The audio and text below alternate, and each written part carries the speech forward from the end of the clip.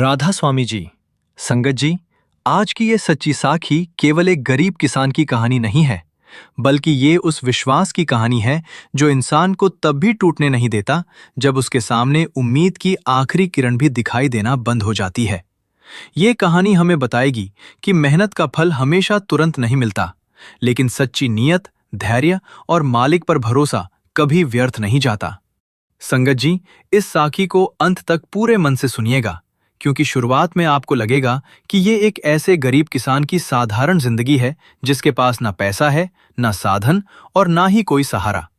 लेकिन धीरे धीरे उसके जीवन में ऐसी परिस्थितियां बनती हैं जहां उसे बार बार ये परीक्षा देनी पड़ती है कि वो अपनी मेहनत पर भरोसा रखेगा या परिस्थितियों के सामने घुटने टेक देगा। उत्तर प्रदेश के एक छोटे से गांव में हरनाम नाम का एक गरीब किसान रहता था। उम्र करीब 45 साल थी। लगातार धूप में खेतों में काम करने के कारण उसका चेहरा सांवला पड़ चुका था। हाथों की हथेलियों पर मेहनत की गहरी लकीरें और दरारें थीं। पैरों में पुरानी घिसी हुई चप्पलें थीं जिनसे उसकी गरीबी साफ दिखाई देती थी। लेकिन उसके चेहरे पर एक चीज ऐसी थी जो उसकी गरीबी से बिल्कुल अलग थी। उसकी आंखों में मालिक के प्रति अटूट विश्वास था।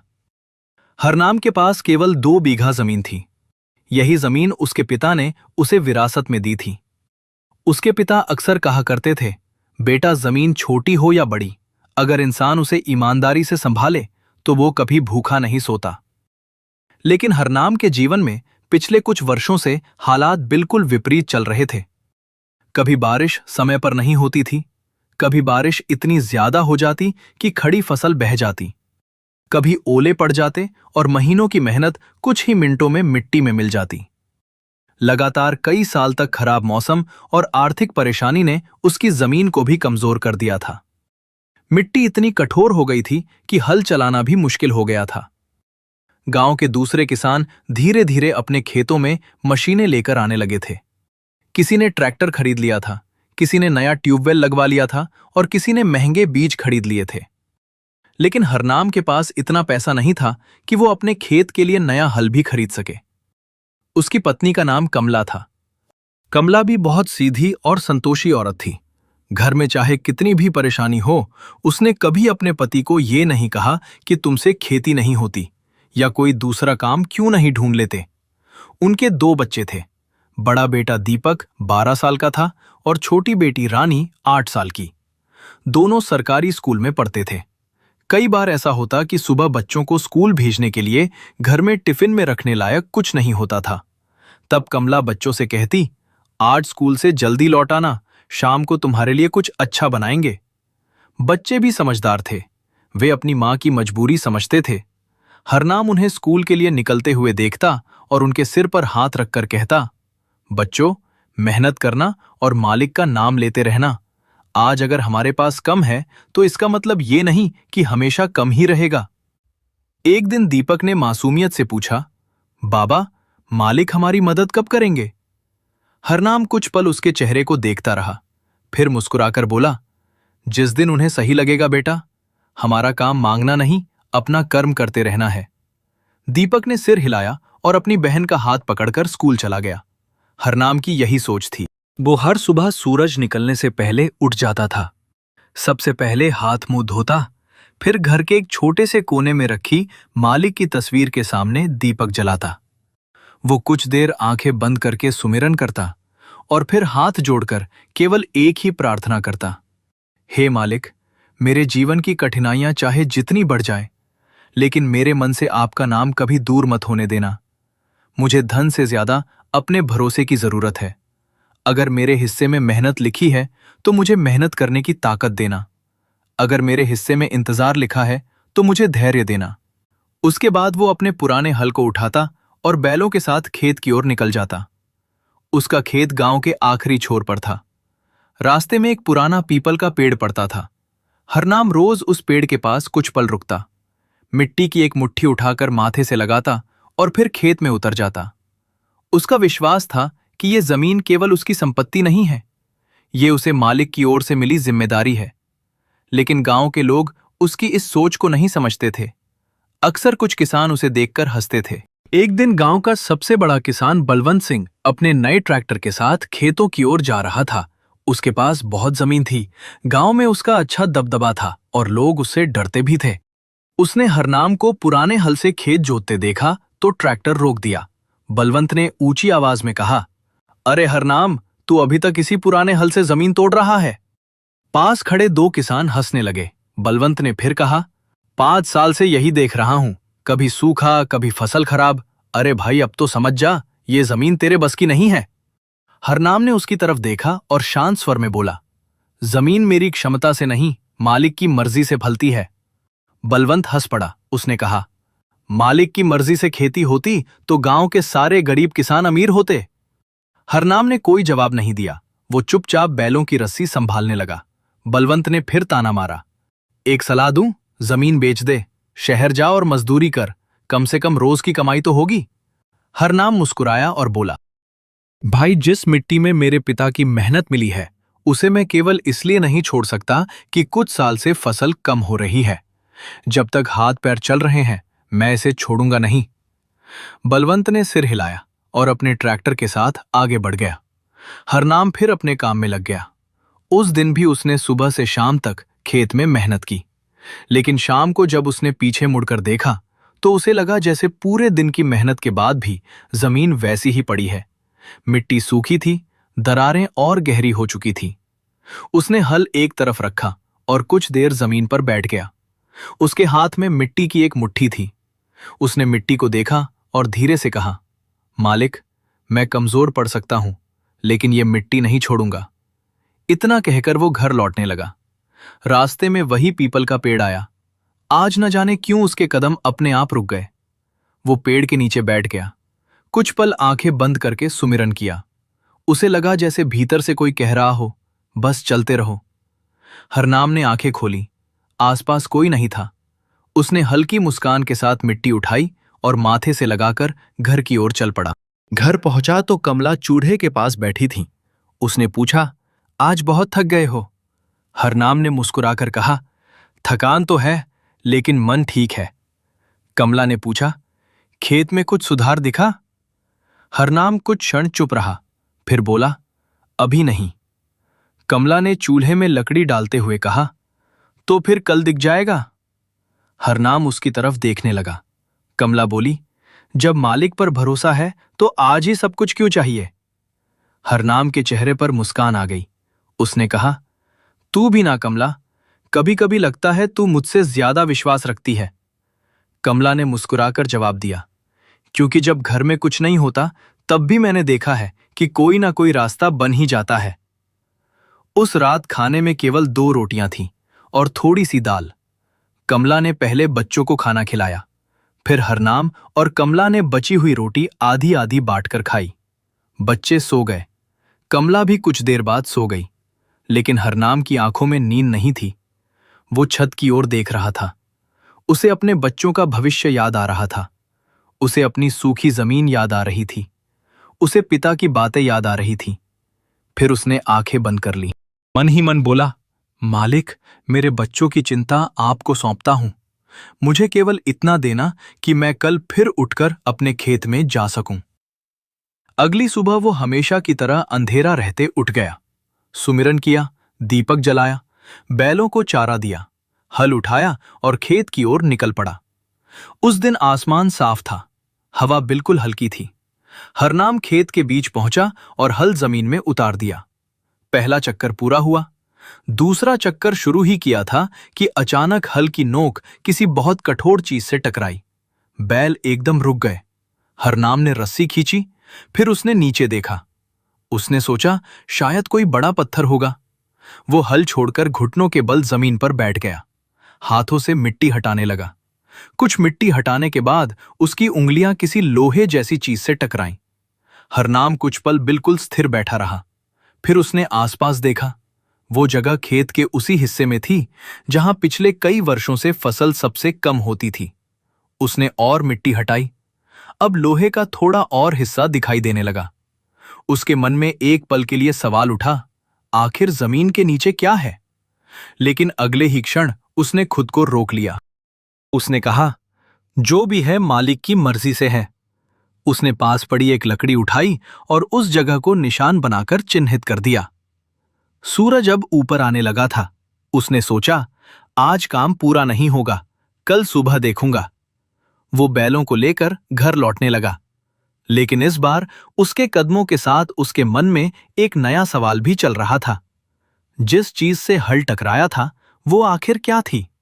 और उसे बिल्कुल भी अंदाजा नहीं था कि मिट्टी के नीचे दबा वो रहस्य आने वाले दिनों में उसके विश्वास, उसकी मेहनत और पूरे गांव की सोच को एक ऐसी परीक्षा के सामने खड़ा करने वाला था जिसकी किसी ने कल्पना तक नहीं की थी। रास्ते भर हरनाम के मन में उसी जगह का ख्याल घूमता रहा। उसने कई बार सोचा कि शायद कोई पुराना पत्थर होगा, शायद लोहे का कोई टूटा हुआ औजार होगा, या फिर बरसों पहले किसी ने जमीन के अंदर कुछ दबा दिया होगा। लेकिन हर बार वो खुद को यही समझाता कि सुबह होने तक इंतजार करना ही ठीक है। घर पहुंचते ही कमला ने उसके चेहरे की तरफ देखा और पूछा, आज कुछ अलग हुआ है क्या? हरनाम ने मुस्कुराकर कहा, हाँ, खेत में हल किसी लोहे जैसी चीज से टकराया है। मिट्टी हटाई तो नीचे कुछ दबा हुआ दिखाई दिया। कमला ने तुरंत पूछा, कुछ कीमती तो नहीं? हरनाम हल्का सा हंसा, बोला, पता नहीं, लेकिन मैंने उसे वहीं छोड़ दिया है, कल देखेंगे। कमला ने चूल्हे पर रखी हांडी को देखते हुए कहा, जो भी हो, पहले बच्चों को खाना खिला देते हैं, बाकी चीजें बाद में देखेंगे। हरनाम ने सिर हिलाया।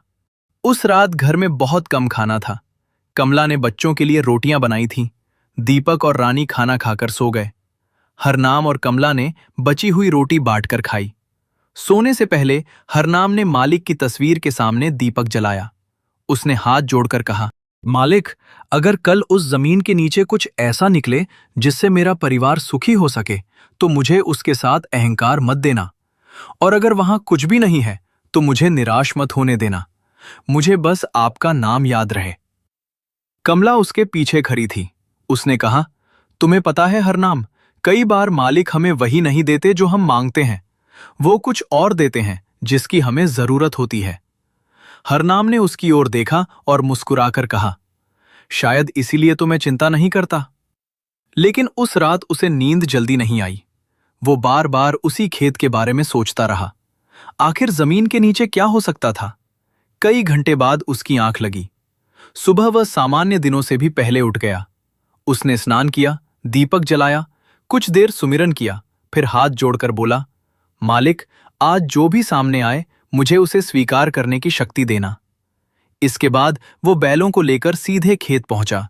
जहां उसने लकड़ी का निशान लगाया था वहां जाकर उसने हल एक तरफ रखा और हाथों से मिट्टी हटानी शुरू की।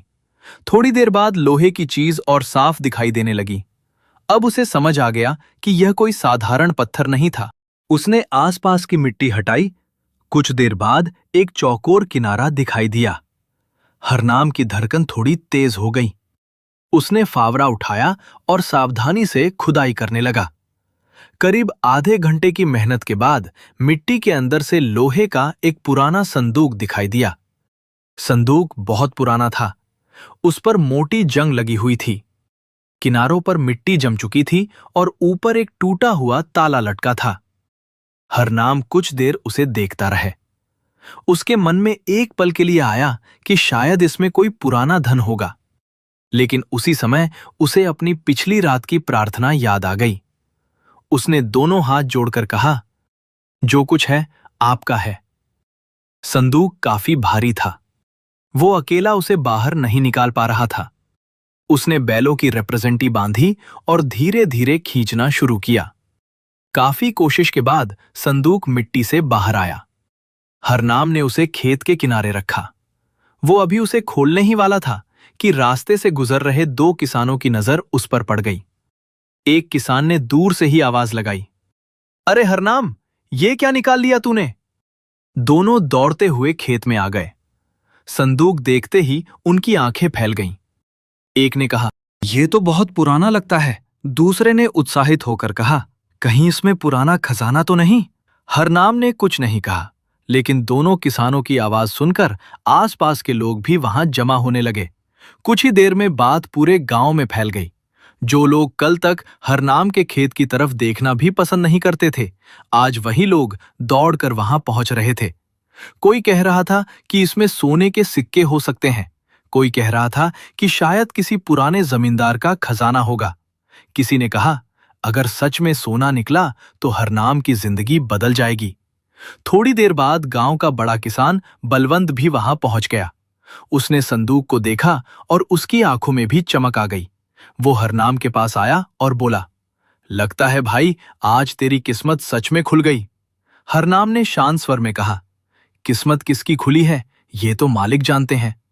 बलवंत हंसते हुए बोला, अरे अब तो संदूक खोल, पता चल जाएगा कि अंदर क्या है। तभी गांव के प्रधान और मंदिर के पुजारी भी वहां पहुंच गए। प्रधान ने भीड़ को पीछे हटने के लिए कहा। पुजारी जी ने कहा, जो भी है सबके सामने खुलेगा, कोई जल्दबाजी नहीं करेगा। सभी लोग चारों ओर खड़े हो गए। हरनाम ने संदूक के टूटे हुए ताले को हाथ लगाया। ताला जंग के कारण पहले ही कमजोर हो चुका था। एक किसान ने लोहे की रॉड से उसे हल्का सा दबाया। ताला टूटकर नीचे गिर गया। सभी की नजर संदूक पर टिक गई। हरनाम ने दोनों हाथों से ढक्कन उठाया। ढक्कन खुलते ही कुछ पल के लिए पूरा खेत बिल्कुल शांत हो गया। लेकिन अगले ही क्षण लोगों के चेहरे पर आश्चर्य की जगह निराशा दिखाई देने लगी। संदूक के अंदर सोना नहीं था, चांदी नहीं थी, हीरे जवाहरात नहीं थे। अंदर एक पुरानी कपड़े की पोटली थी, एक लकड़ी की माला थी, कुछ पीले पड़ चुके कागज थे और एक छोटी सी तांबे की डिब्बी। भीड़ में से किसी ने कहा, अरे इसमें तो कुछ भी नहीं है। दूसरा बोला, हम तो समझ रहे थे खजाना निकलेगा। बलवंत जोर से हंस पड़ा। उसने हरनाम से कहा, देखा भाई, तेरी किस्मत भी तेरे खेत जैसी निकली। इतनी मेहनत के बाद भी मिट्टी ही हाथ लगी। कुछ लोग उसकी बात सुनकर हंसने लगे, लेकिन हरनाम के चेहरे पर कोई निराशा नहीं थी। उसने बहुत सावधानी से लकड़ी की माला उठाई। माला पुरानी थी। उसने उसे अपने माथे से लगाया। फिर बोला, जिस चीज को किसी ने इतने वर्षों तक संभाल कर रखा, वो मेरे लिए बेकार कैसे हो सकती है। उसकी बात सुनकर कुछ लोग चुप हो गए। पुजारी जी ने कपड़े की पोटली खोली। उसमें एक पुराना पत्र था। कागज इतना पुराना था कि छूते ही फटने का डर था। पुजारी जी ने उसे बहुत सावधानी से खोला। उन्होंने पहली पंक्ति पढ़ी, फिर दूसरी। जैसे जैसे वे आगे पढ़ते गए, उनके चेहरे का भाव बदलता गया। उन्होंने एक बार हरनाम की ओर देखा, फिर पत्र की ओर देखा, और अचानक उनकी आंखें नम हो गईं। बलवंत ने बेचैनी से पूछा, क्या लिखा है इसमें? पुजारी जी ने कोई जवाब नहीं दिया। उन्होंने पत्र को दोनों हाथों से पकड़ा और फिर धीरे धीरे पढ़ना शुरू किया। उन्होंने कहा, यदि ये पत्र किसी ऐसे व्यक्ति के हाथ लगे जिसने बिना लालच के इस भूमि की सेवा की हो, जिसने कठिन समय में भी इस मिट्टी का साथ ना छोड़ा हो, और जिसने अपने विश्वास को परिस्थितियों के सामने झुकने ना दिया हो, तो समझ लेना कि ये पत्र उसी के लिए है। भीड़ में खड़े लोगों के चेहरे बदलने लगे। पुजारी जी आगे पढ़ने लगे। इस भूमि को वर्षों पहले ऐसे ही एक सेवक के लिए सुरक्षित रखा गया था, जो आने वाले समय में इसकी सेवा करेगा। लोग उसे कमजोर समझेंगे, उसकी मेहनत का मजाक उड़ाएंगे, उसे इस भूमि को छोड़ने की सलाह देंगे। लेकिन उसे केवल एक बात याद रखनी होगी कि सूखी मिट्टी हमेशा बंजर नहीं होती। कभी कभी उसे केवल धैर्य और सही समय की जरूरत होती है। हरनाम की आंखें भर आईं। उसने सिर झुका लिया।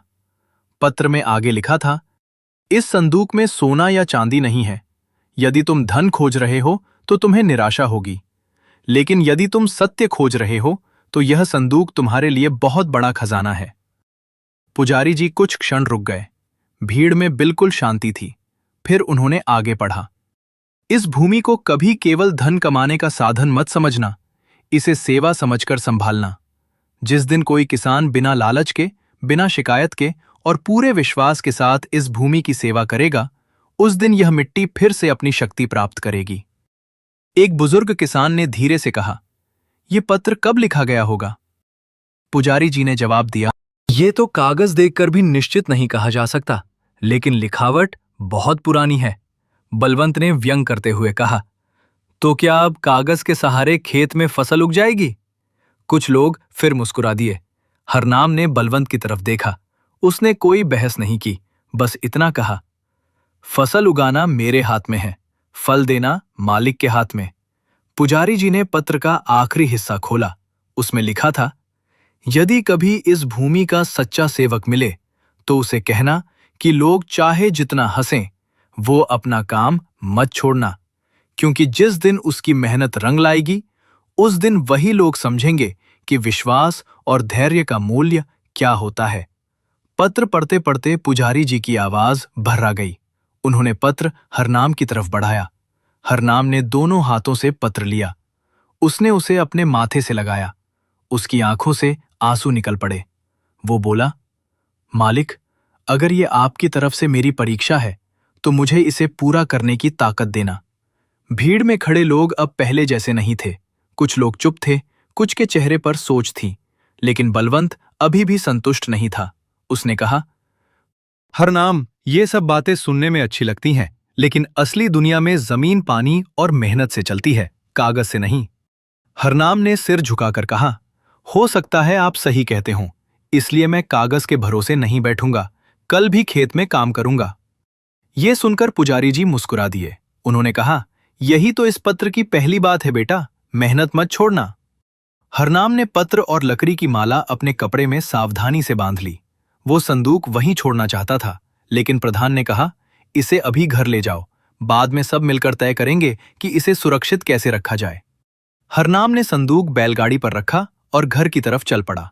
उसे बिल्कुल पता नहीं था कि भीड़ में खड़ा बलवंत लगातार उसी संदूक और उस खेत को देख रहा था। उसके मन में अब एक नया विचार जन्म ले चुका था।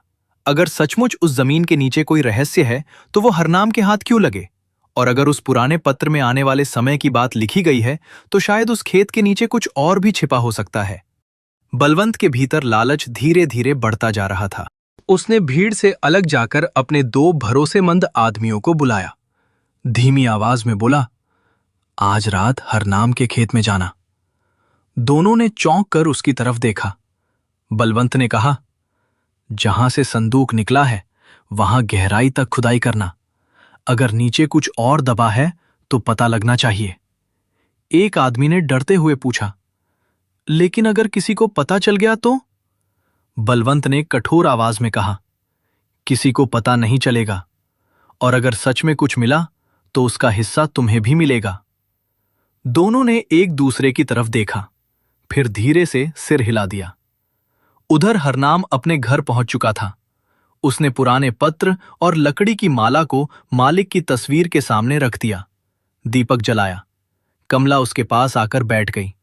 उसने पूछा, क्या लिखा था उस पत्र में? हरनाम ने पूरा पत्र उसे पढ़कर सुनाया। कमला कुछ देर चुप रही, फिर उसकी आंखों से आंसू निकल आए। उसने कहा, हरनाम, मुझे नहीं पता ये पत्र किसने लिखा था, लेकिन एक बात जरूर है, इसमें जो लिखा है वो बिल्कुल तुम्हारी जिंदगी जैसा है। हरनाम मुस्कुराया, बोला, मुझे बस इतना समझ आया कि मुझे अपना काम करते रहना है। कमला ने कहा, तो फिर कल भी खेत में जाना? हरनाम ने कहा, कल भी जाऊंगा और अगले दिन भी, जब तक मालिक सांस देंगे तब तक। उस रात दोनों ने मालिक का नाम लिया और सो गए। लेकिन आधी रात के बाद, जब पूरा गांव गहरी नींद में डूब चुका था, बलवंत के दोनों आदमी फावड़े और कुदाल लेकर चुपचाप हरनाम के खेत की तरफ बढ़ रहे थे। उनके कदमों की आवाज सूखी मिट्टी पर बहुत धीमी थी। आसमान साफ था, चारों ओर सन्नाटा था। उन्हें लगा कि आज किसी को कुछ पता नहीं चलेगा। लेकिन जैसे ही उन्होंने खेत के उस हिस्से में पहुंचकर पहली बार फावड़ा जमीन में मारा, अचानक दूर आसमान में बादलों की एक तेज गड़गड़ाहट हुई। दोनों आदमी एक पल के लिए रुक गए। फिर एक ने दूसरे से कहा, जल्दी कर, काम खत्म करके यहां से निकलना है। उन्होंने दोबारा फावड़ा उठाया और इस बार जैसे ही फावड़ा जमीन में धंसा, खेत के बीच से एक ऐसी आवाज आई जैसे नीचे कोई खोखली जगह हो। दोनों ने एक दूसरे की तरफ देखा। उनकी आंखों में अब डर कम और लालच ज्यादा था। उन्होंने तेजी से मिट्टी हटानी शुरू कर दी। कुछ ही देर में फावड़ा किसी बहुत कठोर चीज से टकराया। एक आदमी झुककर मिट्टी हटाने लगा। धीरे धीरे नीचे एक बड़ा पत्थर दिखाई देने लगा। वो पत्थर साधारण नहीं था। उसके चारों तरफ मिट्टी बाकी जमीन से अलग दिखाई दे रही थी।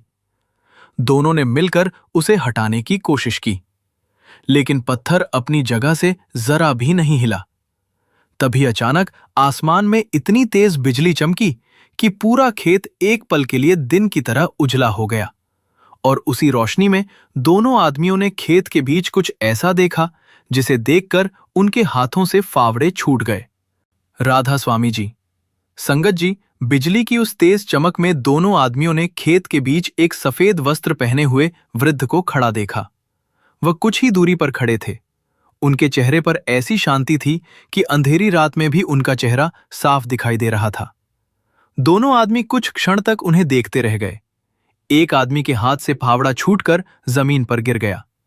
दूसरे ने कांपती आवाज में पूछा, तुमने भी देखा? पहले आदमी ने कोई जवाब नहीं दिया। वो बस उस वृद्ध को देखता रहा। वृद्ध बिल्कुल शांत खड़े थे। उनके चेहरे पर न क्रोध था न डर।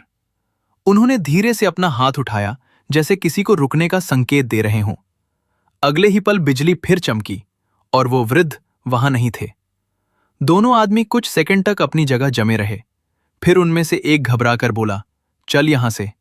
दूसरे ने कहा, लेकिन बलवंत मालिक ने कहा है कि खुदाई पूरी करनी है। पहले आदमी ने कांपते हुए कहा, जान बची तो खुदाई फिर कर लेंगे। उसने फावड़ा वहीं फेंका और खेत से बाहर की तरफ भागने लगा। दूसरा भी उसके पीछे दौड़ पड़ा। दोनों इतनी तेजी से गांव की ओर भागे कि कुछ दूर जाने के बाद भी पीछे मुड़कर नहीं देखा। सीधे बलवंत के घर पहुंचे। उस समय रात का काफी समय हो चुका था। बलवंत अभी जाग रहा था। वो आंगन में चारपाई पर बैठा उनकी प्रतीक्षा कर रहा था। दोनों को इतनी घबराई हुई हालत में देखकर वो तुरंत उठ खड़ा हुआ। उसने पूछा, क्या हुआ? दोनों कुछ बोल नहीं पाए। बलवंत ने गुस्से में कहा, खुदाई हुई या नहीं? एक आदमी ने कांपती आवाज में कहा, मालिक, वहां कुछ ठीक नहीं है। बलवंत ने पूछा, क्या मतलब? दूसरे ने कहा, हमने खेत में किसी बुजुर्ग को देखा। बलवंत ने भौहें सिकोड़ते हुए पूछा, कौन बुजुर्ग? वो बोला, पता नहीं, सफेद कपड़े पहने थे। बिजली चमकी तो साफ दिखाई दिए, फिर अचानक गायब हो गए। बलवंत जोर से हंस पड़ा। उसने कहा, अंधेरे में डर गए हो तुम लोग? खेत में कोई होगा भी तो शायद कोई राहगीर होगा। लेकिन दोनों आदमी अपनी बात पर अड़े रहे। उन्होंने कहा, नहीं मालिक, वो कोई साधारण आदमी नहीं था। हम दोनों ने एक साथ देखा था। बलवंत कुछ देर चुप रहा। उसने बाहर अंधेरे की तरफ देखा। उसके मन में भी एक पल के लिए डर आया, लेकिन लालच ने उस डर को दबा दिया। उसने कहा, ठीक है, तुम लोग जाओ, कल मैं खुद देखूंगा। दोनों आदमी वहां से चले गए। बलवंत अकेला रह गया। उसने मन ही मन कहा, आखिर उस खेत में ऐसा क्या है? उधर हरनाम अपने घर में सो रहा था। उसे इन घटनाओं का जरा भी पता नहीं था। रात के अंतिम पहर उसे एक अजीब सपना दिखाई दिया। उसने देखा कि वही सूखा खेत अचानक हरा हो गया है। चारों तरफ गेहूं की सुनहरी बालियां लहरा रही हैं। हवा चल रही है। मिट्टी से एक मीठी खुशबू उठ रही है। हरनाम खेत के बीच खड़ा है। अचानक उसके सामने एक दिव्य प्रकाश दिखाई देता है। वो प्रकाश धीरे धीरे फैलता जाता है और उसी प्रकाश के बीच से एक शांत आवाज सुनाई देती है, धैर्य रखने वाला कभी खाली नहीं लौटता। हरनाम उस आवाज को सुनकर भावुक हो जाता है। वो हाथ जोड़कर पूछता है, मालिक, मेरी परीक्षा कब समाप्त होगी? आवाज आती है, जब तुम्हारा मन परिणाम से अधिक भरोसे को महत्व देने लगेगा। हरनाम की आंखों से आंसू बहने लगते हैं। वो कहता है, मैं कोशिश कर रहा हूं। आवाज फिर आती है, कोशिश करते रहो, तुम्हारी मेहनत मिट्टी में जा रही है, लेकिन मिट्टी उसे भूल नहीं रही। इतना सुनते ही हरनाम की आंख खुल गई। उसका पूरा शरीर रोमांच से भर गया। वो कुछ क्षण चुपचाप बिस्तर पर बैठा रहा, फिर तुरंत उठा। मालिक की तस्वीर के सामने दीपक जलाया। हाथ जोड़कर उसकी आंखों से आंसू निकल आए। उसने कहा, मालिक, मुझे नहीं पता ये सपना था या आपकी कोई सीख, लेकिन आज से मैं और ज्यादा धैर्य रखूंगा। सुबह होते ही वो खेत की तरफ निकल गया। उसे नहीं पता था कि रात में वहां क्या हुआ था। जैसे ही वो अपने खेत के पास पहुंचा, उसने देखा कि जमीन पर एक फावड़ा पड़ा हुआ है। वो रुक गया। उसने फावड़ा उठाया, फिर आसपास देखा। उसे समझ नहीं आया कि ये यहाँ कैसे आया। थोड़ा आगे बढ़ा तो उसे मिट्टी भी खुदी हुई दिखाई दी। हरनाम कुछ क्षण तक उस जगह को देखता रहा। फिर उसने समझ लिया कि कोई रात में खेत में आया था, लेकिन उसके मन में गुस्सा नहीं आया। उसने बस इतना कहा, मालिक, जिसे जो चाहिए उसे दे देना, मेरी तरफ से किसी के लिए कोई शिकायत नहीं। वो मिट्टी को समतल करने लगा। कुछ देर बाद गांव का प्रधान वहां आ गया। उसने हरनाम को देखकर पूछा, तुम्हें पता है रात में तुम्हारे खेत में कोई आया था? हरनाम ने कहा, हां, शायद। प्रधान ने गंभीर होकर कहा, बलवंत के आदमी आए थे, उन्होंने यहां खुदाई की। हरनाम कुछ देर चुप रहा, फिर बोला, अगर उन्होंने कुछ खोजने की कोशिश की है तो शायद उन्हें भी कुछ सीख मिली होगी। प्रधान ने आश्चर्य से पूछा, तुम नाराज नहीं हो? हरनाम ने मुस्कुराकर कहा, नाराज होकर मैं मिट्टी को वापस तो नहीं बदल सकता, जो हुआ सो हुआ। प्रधान ने उसकी ओर देखा और कहा, तुम्हारा धैर्य सच में अलग है। उसी समय मंदिर के पुजारी जी भी वहां पहुंच गए। उन्होंने रात की घटना सुनी तो गंभीर हो गए। उन्होंने हरनाम से कहा, बेटा, उस पुराने पत्र में एक बात बार बार कही गई थी, जमीन को छोड़ना मत और लालच से बचना।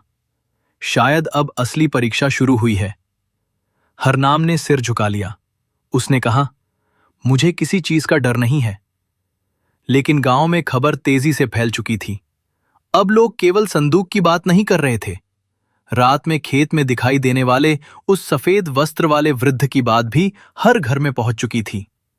कुछ लोग इसे भ्रम कह रहे थे, कुछ इसे मालिक की कृपा मान रहे थे, और कुछ लोग ये मानने लगे थे कि हरनाम के खेत में कोई बहुत पुराना रहस्य छिपा है। बलवंत के मन में सबसे ज्यादा बेचैनी थी।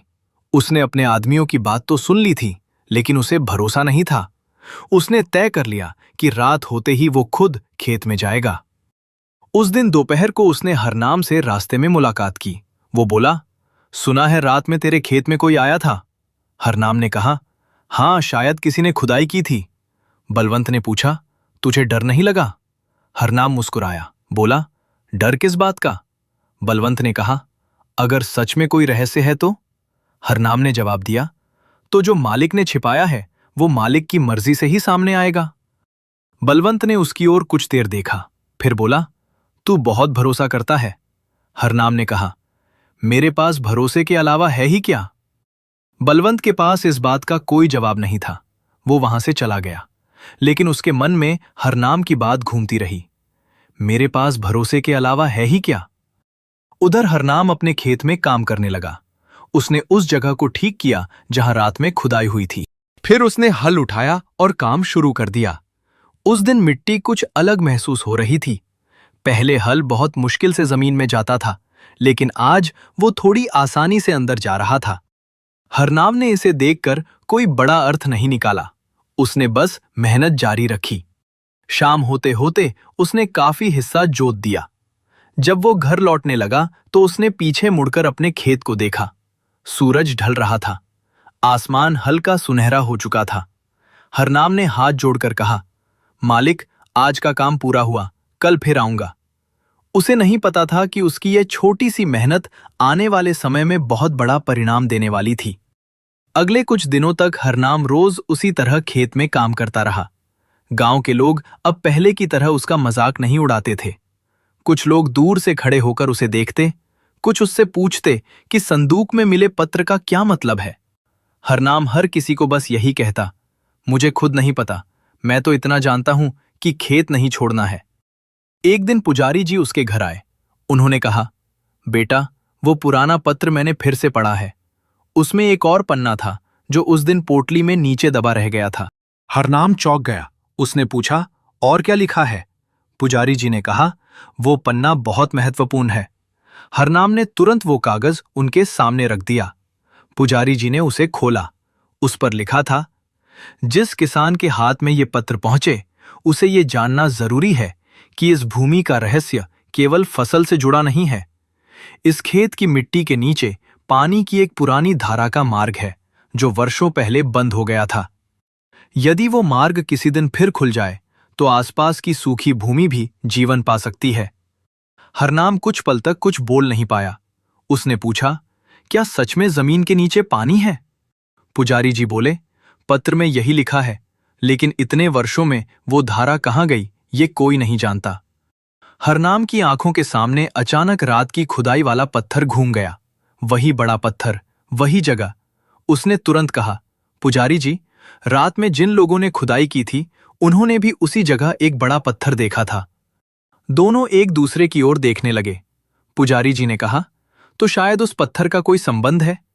हरनाम ने कोई जल्दबाजी नहीं की। उसने कहा, अगर मालिक ने चाहा तो रास्ता खुद खुल जाएगा।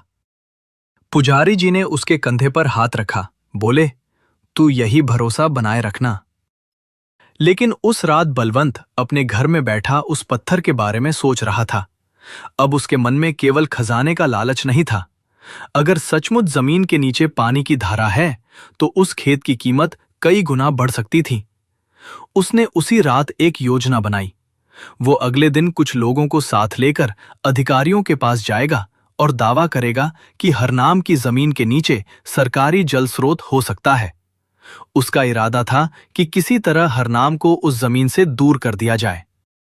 अगली सुबह वो तहसील की ओर निकल पड़ा, लेकिन रास्ते में उसे एक सरकारी अधिकारी मिला जो गांव की ओर ही आ रहा था। बलवंत ने उसे देखते ही रोक लिया। उसने कहा, साहब, हमारे गांव में एक बहुत पुरानी जमीन है। वहां से कुछ रहस्यमय चीजें निकली हैं। मुझे लगता है वहां सरकारी संपत्ति छिपी है। अधिकारी ने पूछा, किस जमीन की बात कर रहे हो? बलवंत ने हरनाम के खेत का नाम लिया। अधिकारी कुछ पल चुप रहा, फिर उसने कहा, हरनाम की जमीन? बलवंत ने कहा, जी। अधिकारी ने तुरंत अपनी फाइल खोली। उसने एक कागज निकाला और ध्यान से देखने लगा। फिर उसकी नजर बलवंत पर उठी। उसने कहा, तुम्हें शायद नहीं पता, लेकिन उस जमीन के बारे में पुराने सरकारी रिकॉर्ड में एक विशेष टिप्पणी दर्ज है। बलवंत के चेहरे पर उत्सुकता आ गई। उसने पूछा, क्या टिप्पणी? अधिकारी ने कहा, यह बात गांव में सबको बताने से पहले मुझे खुद जाकर जमीन देखनी होगी। बलवंत ने कहा, साहब, आप अभी चलिए।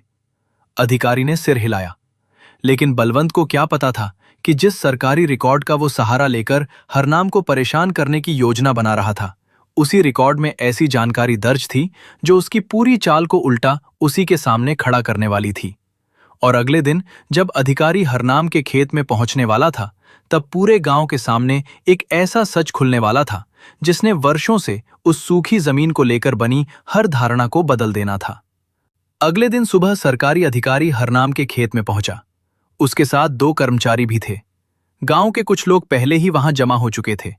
बलवंत भी थोड़ी दूरी पर खड़ा था और बार बार अधिकारियों के हाथ में मौजूद फाइल की तरफ देख रहा था। अधिकारी ने खेत को ध्यान से देखा और फिर हरनाम से पूछा, तुम्हारे पास वो पुराना पत्र है? हरनाम ने तुरंत पत्र लाकर उनके हाथ में दे दिया। अधिकारी ने पत्र को पढ़ा और कुछ देर अपनी फाइल के पुराने कागजों से मिलाता रहा। फिर उसने कहा, यह पत्र बहुत पुराना है, लेकिन इसमें लिखी बातों का संबंध हमारे रिकॉर्ड से जरूर है। बलवंत तुरंत आगे आया और बोला, साहब, मैंने पहले ही कहा था कि इस जमीन के नीचे सरकारी संपत्ति हो सकती है। अधिकारी ने उसकी तरफ देखा और शांत स्वर में कहा, पहले पूरी बात सुनो। उसने एक पुराना नक्शा निकाला। नक्शे पर हरनाम के खेत के नीचे एक पतली रेखा बनी हुई थी। अधिकारी ने बताया कि लगभग 50 साल पहले इस इलाके में पानी की एक प्राकृतिक धारा बहती थी। बाद में मिट्टी और पत्थरों के खिसकने से उसका रास्ता बंद हो गया। धीरे धीरे आसपास की जमीन सूखती चली गई। हरनाम ध्यान से सुन रहा था। अधिकारी ने कहा, अगर ये रिकॉर्ड सही है तो संभव है कि तुम्हारे खेत के नीचे वही पुराना जलमार्ग हो। हरनाम ने पूछा, तो क्या उसे फिर से खोला जा सकता है? अधिकारी ने कहा, संभव है, लेकिन इसके लिए जांच करनी होगी। बलवंत ने तुरंत कहा, साहब, तब तक इस जमीन पर किसी को काम नहीं करने देना चाहिए। हरनाम चुप रहा। अधिकारी ने बलवंत की ओर देखा और पूछा, तुम्हें इतनी जल्दी क्यों है? बलवंत के पास कोई जवाब नहीं था। तभी प्रधान ने अधिकारियों को बताया कि रात में बलवंत के आदमी चोरी से इस खेत में खुदाई कर चुके हैं। अधिकारी का चेहरा गंभीर हो गया। उन्होंने बलवंत से पूछा, क्या यह सच है? बलवंत ने बात संभालने की कोशिश की। उसने कहा, साहब, मैं तो सिर्फ सच्चाई पता करना चाहता था। अधिकारी ने कहा, सच्चाई पता करने के लिए चोरी छिपे खुदाई नहीं की जाती। गांव में खड़े लोग अब बलवंत की तरफ देखने लगे। हरनाम ने फिर भी कुछ नहीं कहा, वो केवल मिट्टी की ओर देखता रहा। अधिकारी ने कर्मचारियों को जमीन के कुछ नमूने लेने का आदेश दिया। कई जगहों से मिट्टी निकाली गई। जांच के बाद अधिकारी ने कहा, रिपोर्ट आने में थोड़ा समय लगेगा, तब तक यहां किसी प्रकार की खुदाई नहीं होगी। हरनाम ने सिर झुका दिया। उसने कहा, जैसा आप कहें। अधिकारी के जाने के बाद गांव वाले भी धीरे धीरे लौटने लगे। बलवंत चुपचाप वहां से निकल गया। उस दिन हरनाम खेत में काम नहीं कर सका। वो पीपल के पेड़ के नीचे बैठ गया। उसने आंखें बंद की और सुमिरन करने लगा। कुछ देर बाद कमला वहां खाना लेकर पहुंची। उसने पूछा, आज काम नहीं करोगे? हरनाम ने कहा, अधिकारी ने रोक दिया है। कमला ने पूछा, चिंता हो रही है? हरनाम ने मुस्कुराकर कहा, पहले होती, अब नहीं। उसने मिट्टी की तरफ देखते हुए कहा, अगर ये जमीन मेरी मेहनत से मिली है तो मालिक रास्ता भी निकालेंगे, और अगर मेरे लिए कुछ और लिखा है तो उसे भी स्वीकार करूंगा। कमला ने उसके पास बैठकर कहा, यही भरोसा बनाए रखना। अगले 2 दिन हरनाम खेत में काम नहीं कर पाया, लेकिन वो रोज सुबह वहां जाकर बैठता और सुमिरन करता। तीसरे दिन अधिकारी फिर गांव आया। इस बार उसके चेहरे पर उत्साह था। उसने प्रधान और गांव के कुछ लोगों को बुलाकर कहा, मिट्टी की प्रारंभिक जांच हो चुकी है। जमीन के नीचे कुछ गहराई पर नमी सामान्य से ज्यादा है। हरनाम ने चौंक कर पूछा, क्या वहां पानी है? अधिकारी ने कहा, संभावना है, हमें उस पुराने जलमार्ग की पुष्टि करनी होगी। गांव के लोगों में खुशी फैल गई, लेकिन बलवंत का चेहरा उतर गया। उसे डर था कि अगर पानी मिल गया तो हरनाम की जमीन की कीमत तो बढ़ेगी ही, उसकी अपनी जमीन पर भी लोगों का ध्यान जाएगा। अधिकारी ने कहा, एक नियंत्रित स्थान पर जांच की जाएगी। कोई भी व्यक्ति अपनी तरफ से खुदाई नहीं करेगा। हरनाम ने हाथ जोड़कर कहा, मुझे कोई आपत्ति नहीं। अगले दिन सरकारी टीम ने उस जगह खुदाई शुरू की जहां रात में बलवंत के आदमियों ने पत्थर देखा था। कुछ गहराई तक मिट्टी हटाने के बाद वही बड़ा पत्थर सामने आया। अधिकारी ने उसे देखकर कहा, यही शायद पुराना जलमार्ग बंद करने वाली चट्टान है। कई लोग उत्सुकता से आगे बढ़े। मजदूरों ने सावधानी से उसके आसपास की मिट्टी हटानी शुरू की। कुछ देर बाद पत्थर के नीचे से ठंडी हवा जैसी महसूस हुई। एक मजदूर ने हाथ लगाकर देखा। उसकी उंगलियां गीली हो गईं। वो चौंक कर बोला, साहब, नीचे पानी है। भीड़ में हलचल मच गई। अधिकारी ने तुरंत सभी को पीछे हटाया। उन्होंने कहा, धीरे काम करो। मिट्टी हटती गई और फिर अचानक पत्थर के एक छोटे से हिस्से के नीचे से पानी की पतली धार बाहर आने लगी। हरनाम की आंखों से आंसू निकल आए। उसने दोनों हाथ जोड़ लिए। उसने कहा, मालिक, आपने मेरी सुन ली। कुछ ही देर में वो छोटी धार थोड़ी तेज हो गई। सूखी मिट्टी गीली होने लगी। गांव के बुजुर्गों की आंखें भर आईं। जिस खेत को वर्षों से बंजर कहा जाता था, उसी जमीन के नीचे पानी छिपा हुआ था। पुजारी जी ने हरनाम से कहा, बेटा, शायद यही उस पुराने पत्र में लिखा हुआ रहस्य था। हरनाम ने कहा, रहस्य पानी का नहीं था, रहस्य शायद हमारे धैर्य का था। ये बात सुनकर वहां खड़े कई लोगों ने सिर झुका लिया। बलवंत सबसे पीछे खड़ा था। उसके चेहरे पर शर्म साफ दिखाई दे रही थी। उसे याद आ रहा था कि उसने कितनी बार हरनाम का मजाक उड़ाया था, लेकिन अभी उसके मन में पूरी तरह पश्चाताप नहीं आया था। वो चुपचाप वहां से चला गया। उधर पानी की धार धीरे धीरे मजबूत होती जा रही थी। अधिकारी ने घोषणा की कि इस प्राकृतिक जलस्रोत को सुरक्षित तरीके से विकसित किया जाएगा, ताकि केवल हरनाम ही नहीं, आसपास के किसानों को भी इसका लाभ मिले। हरनाम ने तुरंत कहा, अगर पानी सबके लिए है तो इसे सबके खेतों तक पहुंचना चाहिए। अधिकारी ने उसकी ओर देखकर मुस्कुराते हुए कहा, यही तुम्हारी सबसे बड़ी खूबी है। इतनी परेशानी के बाद भी तुम सिर्फ अपने बारे में नहीं सोच रहे। हरनाम ने सिर झुकाकर कहा, मालिक ने दिया है तो मालिक की ही संगत में बांटना चाहिए। उस शाम जब हरनाम घर लौटा तो कमला दरवाजे पर खड़ी थी। हरनाम ने दूर से ही कहा, कमला, खेत के नीचे पानी है। कमला की आंखें भर आईं। उसने हाथ जोड़कर आसमान की ओर देखा और कहा, शुक्राना। घर के अंदर बच्चों ने जब ये खबर सुनी तो दीपक खुशी से बोला, अब हमारे खेत में गेहूं उगेगा। हरनाम ने बेटे को गले लगाकर कहा, हाँ बेटा, अब मेहनत और ज्यादा करनी है। रानी ने पूछा, क्या हम भी खेत में आएंगे? हरनाम हंस पड़ा। उसने कहा, तुम दोनों पढ़ाई करोगे और छुट्टी के दिन खेत में मेरी मदद करना। उस रात घर में बहुत दिनों बाद ऐसा लगा जैसे चिंता कुछ हल्की हो गई हो। लेकिन हरनाम जानता था कि अभी मेहनत बाकी है। पानी मिल जाना अंत नहीं था, अब उसे अपनी सूखी जमीन को फिर से उपजाऊ बनाना था और इसी के साथ उसके जीवन में एक नई शुरुआत होने वाली थी। क्योंकि पहली बार वर्षों बाद उस खेत की मिट्टी में नमी लौट चुकी थी। पहली बार वर्षों बाद उस खेत की मिट्टी में नमी लौट चुकी थी। हरनाम अगली सुबह सूरज निकलने से पहले ही खेत में पहुंच गया। उसने गीली मिट्टी को हाथ में उठाया, कुछ पल उसे देखा और फिर माथे से लगा लिया। उसके चेहरे पर खुशी थी, लेकिन उसके मन में अहंकार नहीं था। वो जानता था कि पानी मिलना एक शुरुआत है। अब उसे उस जमीन को फिर से खेती के लायक बनाना था। उसने धीरे धीरे मिट्टी को तैयार करना शुरू किया। गांव के 2 किसान भी उसकी मदद के लिए आ गए। जो लोग पहले उसका मजाक उड़ाते थे, अब वही कह रहे थे, हरनाम भाई, हमें भी बताना कि तुम खेत में क्या कर रहे हो। हरनाम सबको एक ही बात कहता, मैं कोई बड़ा किसान नहीं हूं, मैंने बस जमीन को छोड़ा नहीं। कुछ ही दिनों में पानी की धार को एक छोटे से जलकुंड में पहुंचाया गया। वहां से आसपास के खेतों के लिए भी पानी की व्यवस्था होने लगी।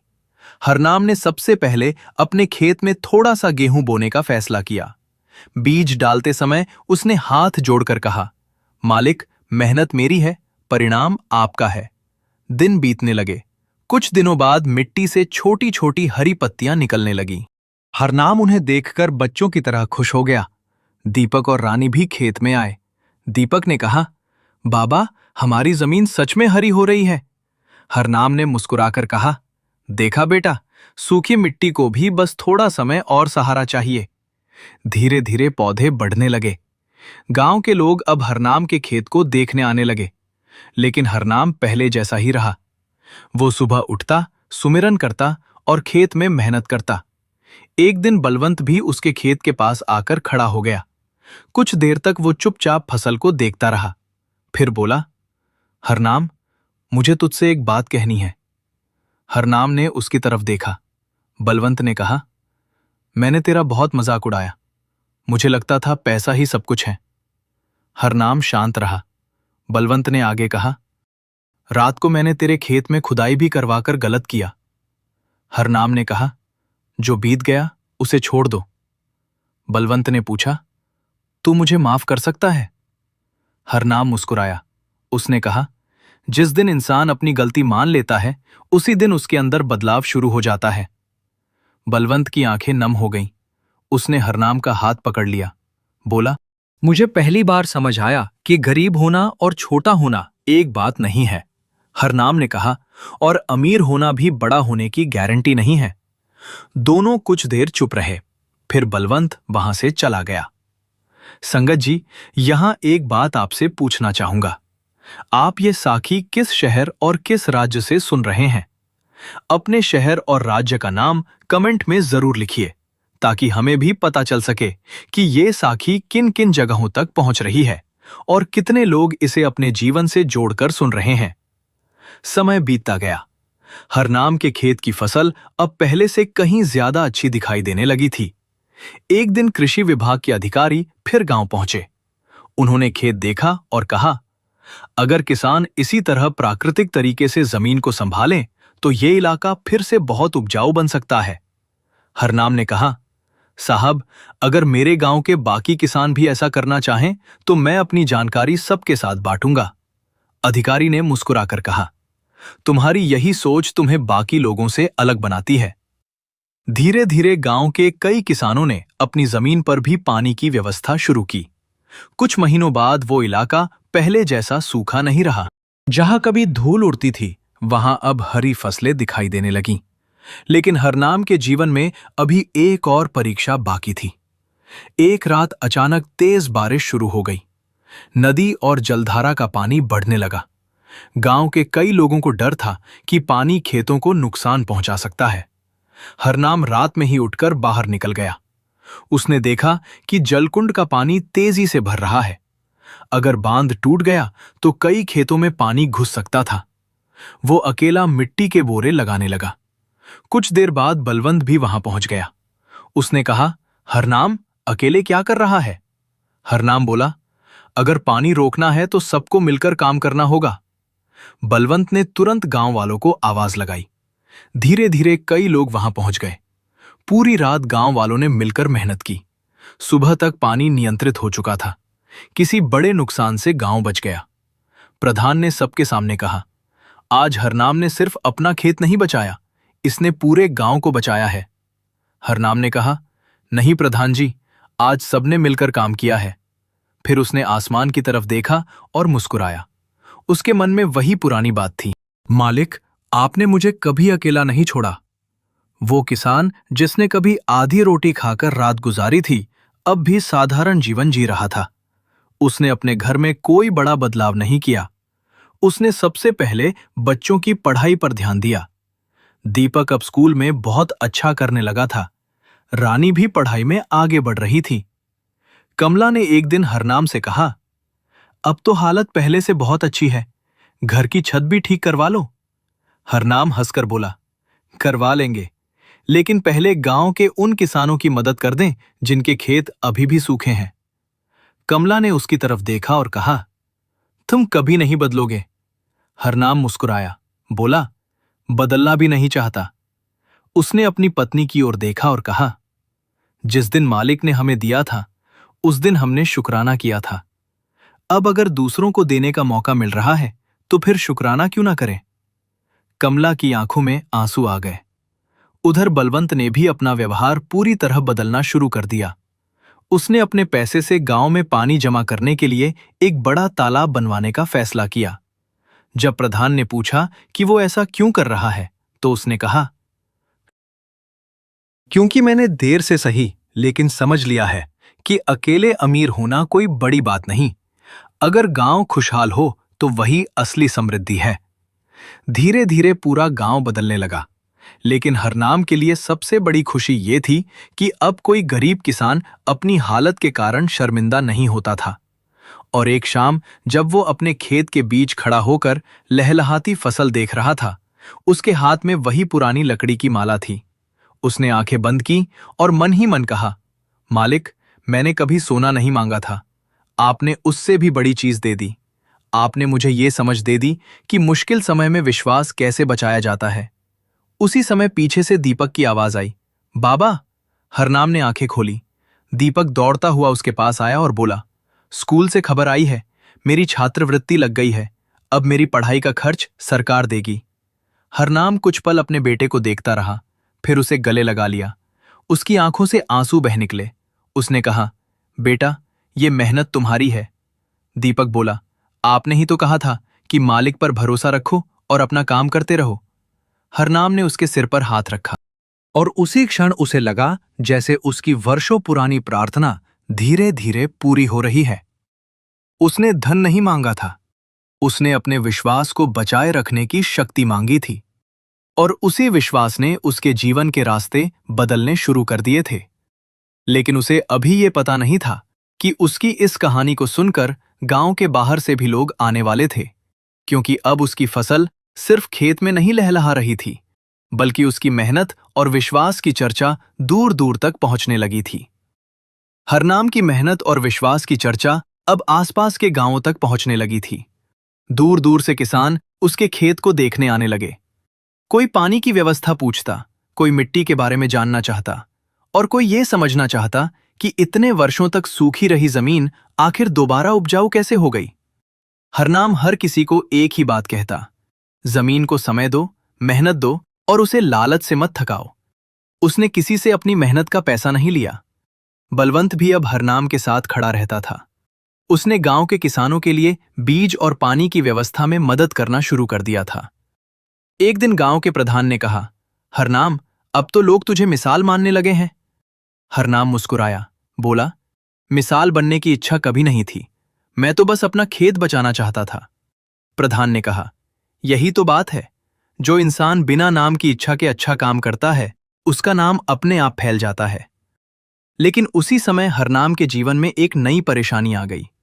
उसके पिता की पुरानी बीमारी से जुड़ी कुछ जमीन के कागज अचानक गायब हो गए। इन कागजों के बिना जमीन के पुराने रिकॉर्ड में समस्या खड़ी हो सकती थी।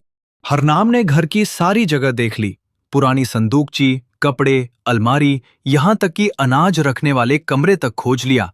कागज कहीं नहीं मिले। कमला चिंतित हो गई। उसने कहा, अगर कागज नहीं मिले तो? हरनाम कुछ पल चुप रहा, फिर बोला, जो होगा देखा जाएगा। अगले दिन वो तहसील गया।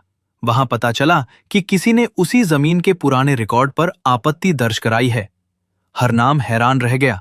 उसे शक हुआ कि शायद बलवंत का कोई पुराना विरोधी ये कर रहा है। लेकिन बलवंत ने साफ कहा, मैंने ऐसा कुछ नहीं किया, मैं तेरे साथ हूं। दोनों ने मिलकर रिकॉर्ड की जांच शुरू की। काफी खोज के बाद एक पुराने कर्मचारी ने बताया कि करीब 20 साल पहले हरनाम के पिता ने जमीन से जुड़े कुछ कागज तहसील में जमा किए थे। उनका रिकॉर्ड एक पुराने रजिस्टर में था, लेकिन वो रजिस्टर दूसरे कमरे में रखा था। जब रजिस्टर निकाला गया तो उसमें हरनाम के पिता के हस्ताक्षर मौजूद थे। सबसे बड़ी बात यह थी कि उसमें जमीन की सीमा और अधिकार बिल्कुल साफ दर्ज था। हरनाम की परेशानी वहीं खत्म हो गई। उसने राहत की सांस ली। बलवंत ने कहा, देखा, मालिक ने यहां भी रास्ता बना दिया। हरनाम मुस्कुराया, बोला, रास्ता हमेशा रहता है, हमें बस घबराकर उसे देखना बंद नहीं करना चाहिए।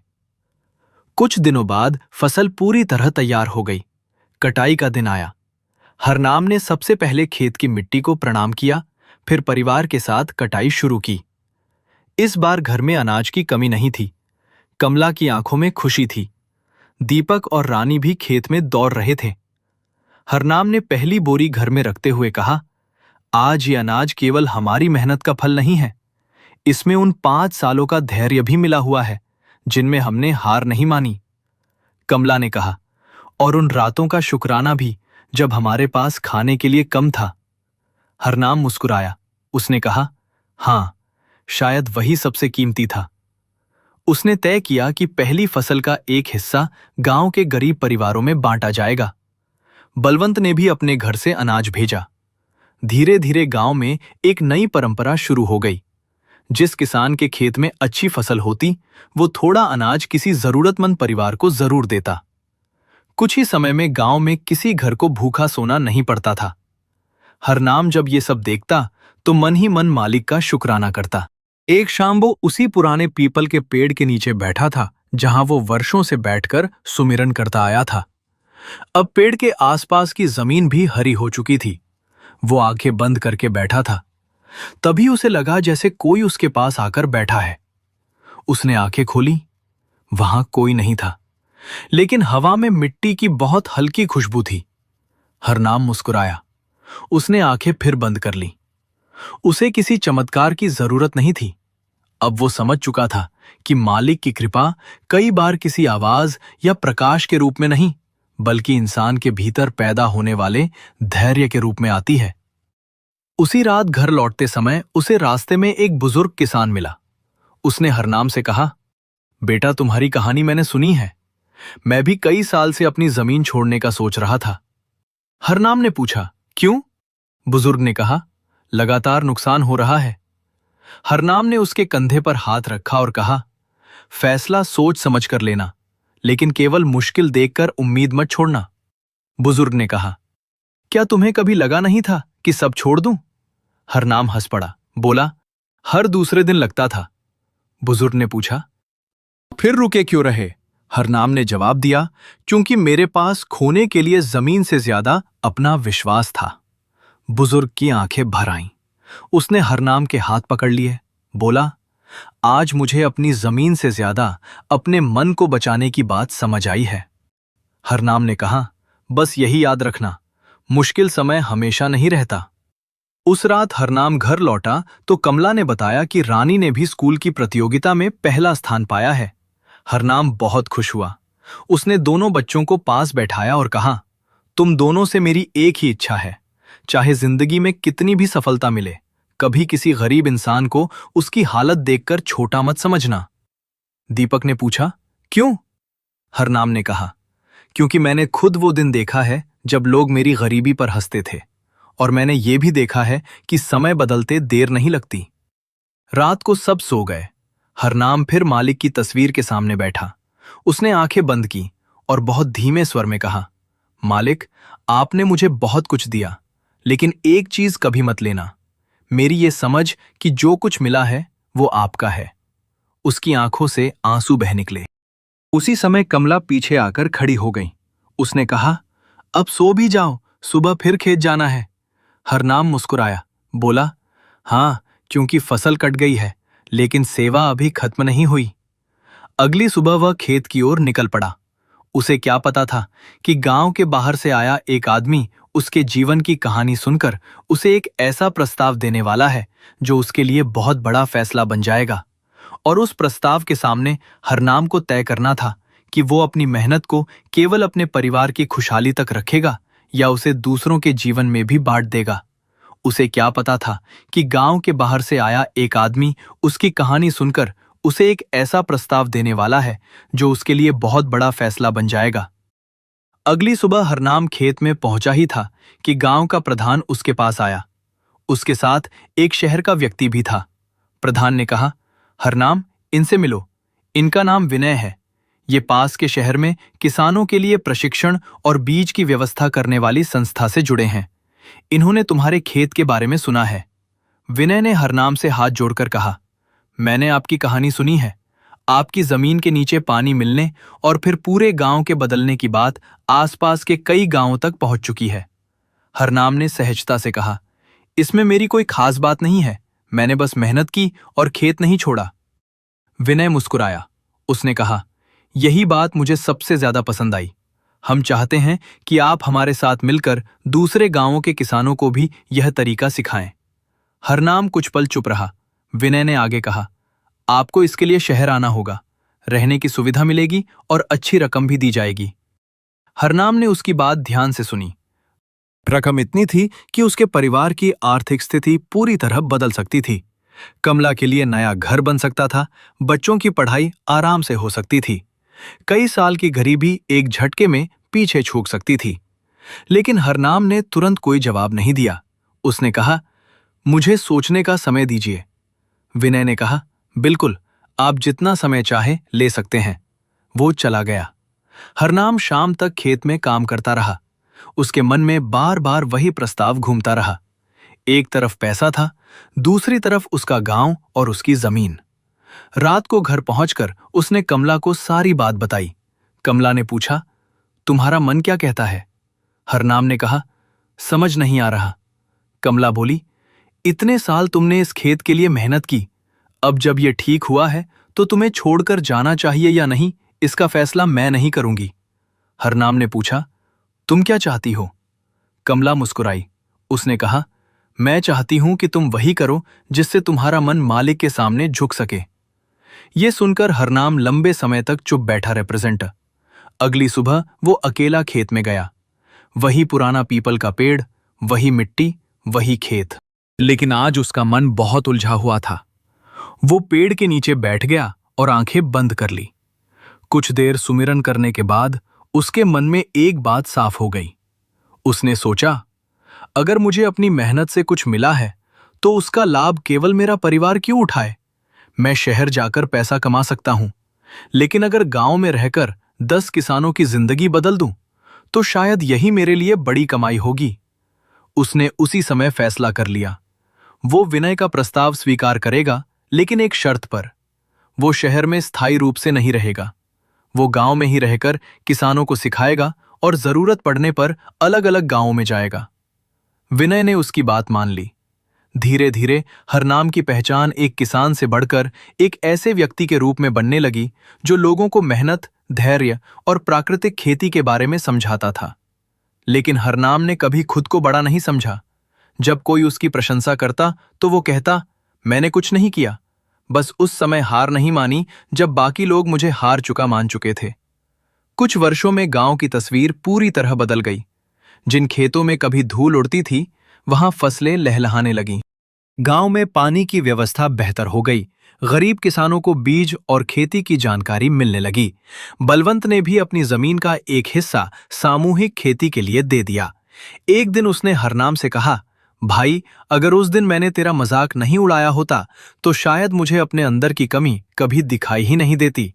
हरनाम हंसकर बोला, कभी कभी मालिक हमें गलत लोगों से भी मिलाते हैं ताकि हम सही सीख ले सकें। बलवंत की आंखें भर आईं। उसने कहा, तूने मुझे कभी दुश्मन माना ही नहीं। हरनाम ने जवाब दिया, दुश्मनी रखने से खेत में फसल नहीं उगती, मेहनत करनी पड़ती है। दोनों हंस पड़े। समय बीतता गया। दीपक ने पढ़ाई पूरी की और कृषि के क्षेत्र में आगे बढ़ने का फैसला किया। रानी ने भी अपनी पढ़ाई जारी रखी।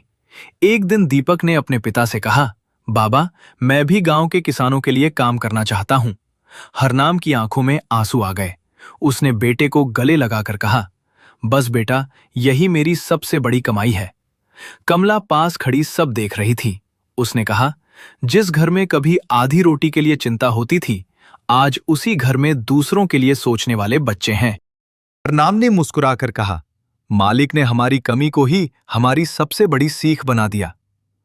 उस शाम हरनाम अकेला अपने खेत में गया। फसल हवा के साथ लहरा रही थी। उसने वही पुरानी लकड़ी की माला हाथ में ली जो उसे वर्षों पहले उस लोहे के संदूक से मिली थी। वो पीपल के नीचे बैठ गया, आंखें बंद की। उसे अपना पुराना जीवन याद आने लगा। सूखी जमीन, फटी चप्पलें, आधी रोटी, लोगों के ताने, रातों की चिंता। वो रात जब खेत में खुदाई करने लोग आए थे। वो पुराना पत्र, जमीन के नीचे छिपी पानी की धारा, पहली बारिश, पहली हरी पत्ती, और आज सामने लहलहाती फसल। उसकी आंखों से आंसू बहने लगे। उसने दोनों हाथ जोड़कर कहा, मालिक, मैंने कभी आपसे बड़ा घर नहीं मांगा था। मैंने कभी धन का ढेर नहीं मांगा था। मैंने केवल इतना मांगा था कि कठिन समय में मेरा विश्वास कमजोर ना हो। आज समझ आया कि आपने मेरी हर प्रार्थना सुनी थी। बस उसका उत्तर मेरी इच्छा के अनुसार नहीं, आपके समय के अनुसार आया। वो कुछ देर चुप बैठा रहा, फिर मिट्टी की एक मुट्ठी उठाकर माथे से लगा ली। उसे लगा जैसे उसकी पूरी जिंदगी का एक ही संदेश है। जब इंसान परिस्थितियों से हार मान लेता है तब रास्ता बंद दिखाई देता है, लेकिन जब वो अपना कर्म करता रहता है और भीतर से भरोसा नहीं छोड़ता तो वही बंद रास्ता किसी न किसी जगह से खुल जाता है। हरनाम धीरे धीरे उठकर घर की ओर चल पड़ा। रास्ते में वही पुराना पीपल का पेड़ पीछे छूट गया, लेकिन उसकी छाया जैसे उसकी पूरी जिंदगी के साथ चलती रही। घर पहुंचा तो कमला दरवाजे पर खड़ी थी। उसने पूछा, आज इतनी देर क्यों हो गई? हरनाम मुस्कुराया और बोला, बस पुराने दिनों को याद कर रहा था। कमला ने कहा, और क्या मिला? हरनाम ने कहा, ये समझ आया कि जिस दिन हमारे पास कुछ नहीं था उस दिन भी हमारे पास बहुत कुछ था। कमला ने पूछा, क्या? हरनाम ने मुस्कुराकर कहा, मालिक का नाम, एक दूसरे का साथ और उम्मीद। कमला की आंखें भर आईं। दोनों कुछ देर चुप रहे। फिर घर के अंदर से दीपक और रानी की हंसी सुनाई दी। हरनाम ने उस आवाज को सुना और उसके चेहरे पर संतोष आ गया। संगत जी, इस साखी में अगर कुछ याद रखने लायक है तो केवल इतना कि कठिन समय को देखकर अपने विश्वास को कमजोर मत होने दीजिए। हर परिस्थिति का उत्तर तुरंत नहीं मिलता। कभी कभी वर्षों की मेहनत के बाद रास्ता खुलता है। हरनाम के पास केवल 2 बीघा जमीन थी, लेकिन उसने उस जमीन को अपनी मजबूरी नहीं बनने दिया। उसने उसे अपनी जिम्मेदारी माना। लोग हंसे, लोगों ने उसे असफल कहा, उसे जमीन बेचने की सलाह दी गई, लेकिन उसने अपना कर्म नहीं छोड़ा। और जब समय बदला तो वही लोग उसकी मेहनत की मिसाल देने लगे। इसलिए अगर आपके जीवन में भी आज कोई परेशानी चल रही है, अगर मेहनत के बाद भी परिणाम नहीं मिल रहा, अगर आपको लग रहा है कि रास्ते बंद हो चुके हैं, तो एक पल रुकिए और अपने मन से पूछिए, क्या सच में रास्ता बंद है या अभी समय पूरा नहीं हुआ? क्योंकि कई बार हमारी परीक्षा परिस्थिति की नहीं, हमारे धैर्य की होती है। और जब धैर्य बना रहता है तो इंसान टूटने के बजाय और मजबूत हो जाता है। अगर आपको हरनाम की ये सच्ची साखी दिल को छू गई हो तो वीडियो को अपना प्यार जरूर दीजिए। कमेंट में अपने मन से एक बार राधा स्वामी जी जरूर लिखिए और बताइए कि इस साखी की कौन सी बात आपके दिल को सबसे ज्यादा छू गई। अगर आप ऐसे ही विश्वास, सेवा, सुमिरन और मालिक की कृपा से जुड़ी सच्ची साखियां सुनना चाहते हैं तो हमारे चैनल को सब्सक्राइब जरूर करें।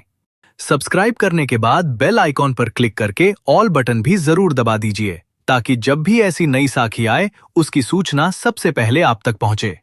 आपका एक लाइक, एक कमेंट और चैनल को सब्सक्राइब करना हमारे लिए केवल समर्थन नहीं बल्कि इस संदेश को ज्यादा से ज्यादा संगत तक पहुंचाने का माध्यम है। मालिक सबके जीवन में विश्वास बनाए रखें, मेहनत करने की शक्ति दें और कठिन समय में धैर्य कभी कम न होने दें। राधा स्वामी जी।